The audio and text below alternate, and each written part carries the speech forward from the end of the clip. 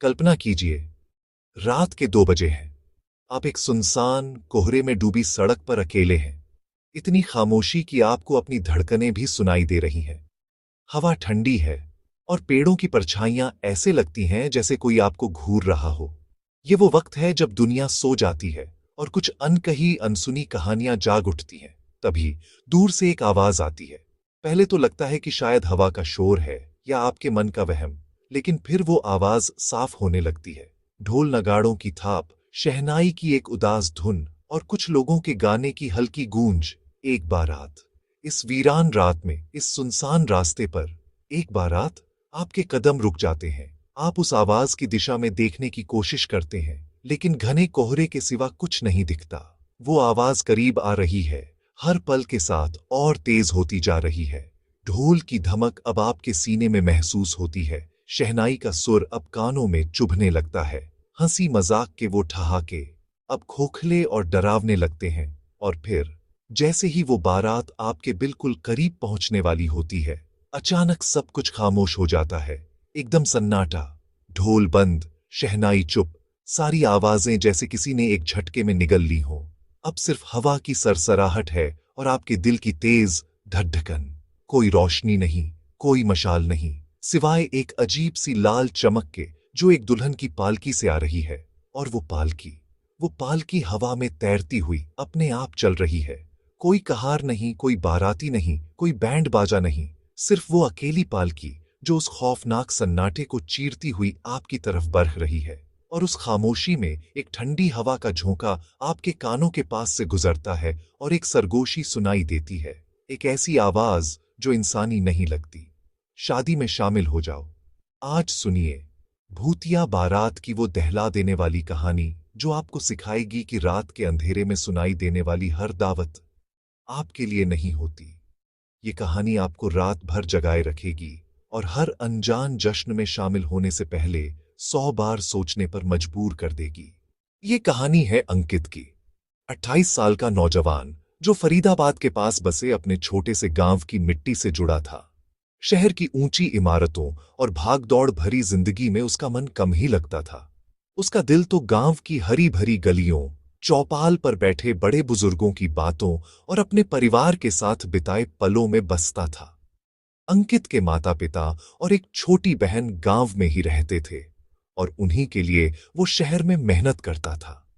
शहर में उसकी एक अच्छी नौकरी थी, लेकिन हर शुक्रवार की शाम उसका मन गांव की ओर खींचने लगता। वो बस पकड़ता और अपने घर लौट आता ताकि 2 दिन ही सही अपनों के बीच सुकून से जी सके। गांव की हवा में उसे जो अपनापन महसूस होता था, वो शहर के किसी भी मॉल या पार्टी में नहीं मिलता था। ऐसी ही एक शनिवार की रात थी। अंकित अपने बचपन के दोस्त की शादी से लौट रहा था। जश्न देर तक चला और जब वो घर के लिए निकला तो रात के 2 बज चुके थे। गांव को जाने वाली सड़क घने कोहरे और अंधेरे में डूबी हुई थी। दूर दूर तक कोई और इंसान या गाड़ी नहीं थी, सिर्फ झींगुरों की आवाज और उसके कदमों की आहट उस खामोशी को तोड़ रही थी। हवा में एक अजीब सी ठंडक थी जो हड्डियों तक चुभ रही थी। तभी उस गहरी चुप्पी को चीरती हुई एक आवाज आई, बहुत दूर से, जैसे खेतों के पार से।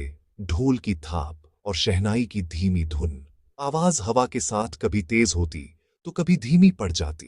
अंकित ने कदम रोक लिए। उसे लगा शायद गांव में किसी और की बारात निकल रही होगी। वो ध्यान से सुनने लगा। ढोल की थाप के साथ कुछ लोगों के गाने की भी आवाजें थीं। बारात आई रे, दुल्हन ले जाएगी रे। अंकित ने सोचा, इतनी रात गए कौन शादी कर रहा है। वो थोड़ा आगे बढ़ा और सड़क के किनारे रुककर उस दिशा में देखने लगा जहां से आवाज आ रही थी। कोहरे के बीच उसे पेड़ों के झुरमुट के पार एक लाल रंग की धुंधली सी रोशनी दिखाई दी। जैसे जैसे वो रोशनी पास आई, मंजर साफ होने लगा। एक लाल रंग की पालकी थी जिसे 4 लोग उठाए हुए थे। पालकी के चारों तरफ कई बाराती चल रहे थे, नाच रहे थे। लेकिन उस जश्न में कुछ बहुत अजीब था, कुछ बेहद डरावना। उन सभी बारातियों की आवाजें बिल्कुल एक जैसी थीं, जैसे कोई एक ही इंसान अलग अलग सुर में बोल रहा हो। हर चेहरे पर एक अजीब सी खामोशी थी और उनकी आंखें बिल्कुल खाली थीं। अंकित आगे बढ़ा। बारात करीब आई। पालकी लाल कपड़े से ढकी, लेकिन कोई दूल्हा दुल्हन नहीं दिख रहा। बाराती सब सफेद कपड़े में, चेहरे ढके, सिर्फ आंखें चमक रही थीं। भाई साहब, बारात में शामिल हो जाओ। दुल्हन इंतजार कर रही है। नहीं भाई, मुझे घर जाना है। एक बार आ जाओ, फिर कभी नहीं बुलाएंगे। तेज चलो अंकित, कदम मत रोकना, सांस थामे रखो, पीछे मत देखो। वे पास आ रहे हैं, खाली आंखें, बर्फ सी नजर, उनके मुंह से काला धुआं फूट रहा है। अंकित, मुझे अकेला मत छोड़ना, मैं तुम्हारा ही इंतजार कर रही थी।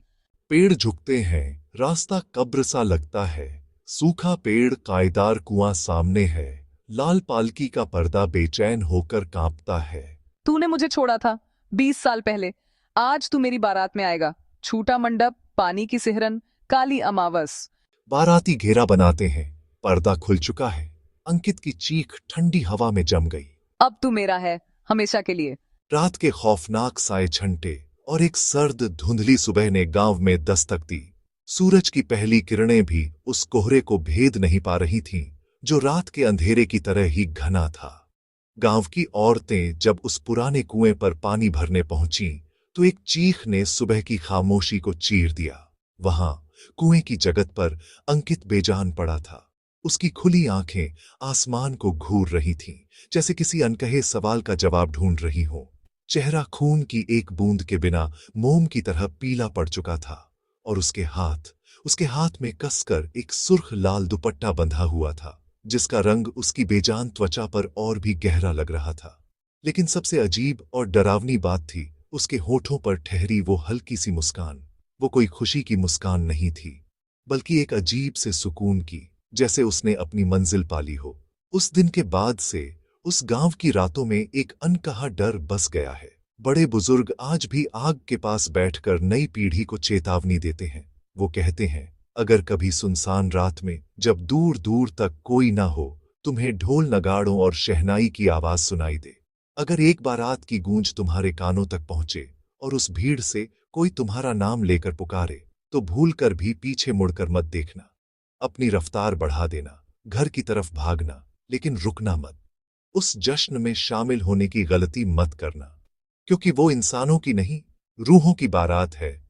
एक भूतिया बारात जो हर रात अपने लिए एक नया बाराती ढूंढती है, और जो कोई एक बार उस बारात में शामिल हो गया, वो फिर कभी सुबह का सूरज नहीं देख पाता।